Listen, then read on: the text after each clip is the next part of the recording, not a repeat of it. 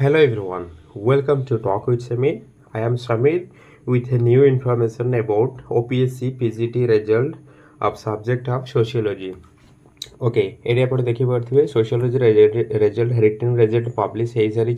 जहाँकि 131 candidate select होती first of all congratulation all of the sociology candidates 67 women candidate included अच्छा okay तो आम देखी ना प्रथम सोशियोलोजी कैंडिडेट मैंने कौन कौन रही मुझे